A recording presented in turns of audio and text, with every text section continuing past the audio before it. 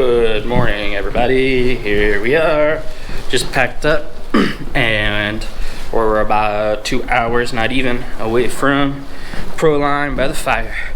So we're gonna head out. We got my truck all situated and ready, and we are gonna go play with some tiny trucks today. Super excited. I got a bunch of rigs with me, and we're gonna do this thing. So just waiting on the wife to come down, and we'll be on our way. Woohoo! All right, made it.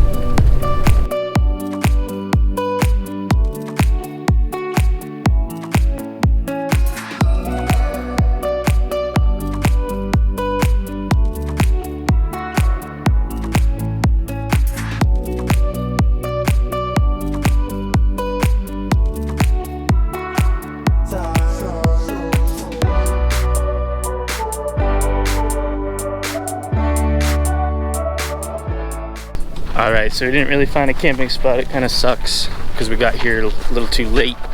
But yeah, we're gonna go walk around and see what's going on and maybe try to find a better place to park. So, see what happens.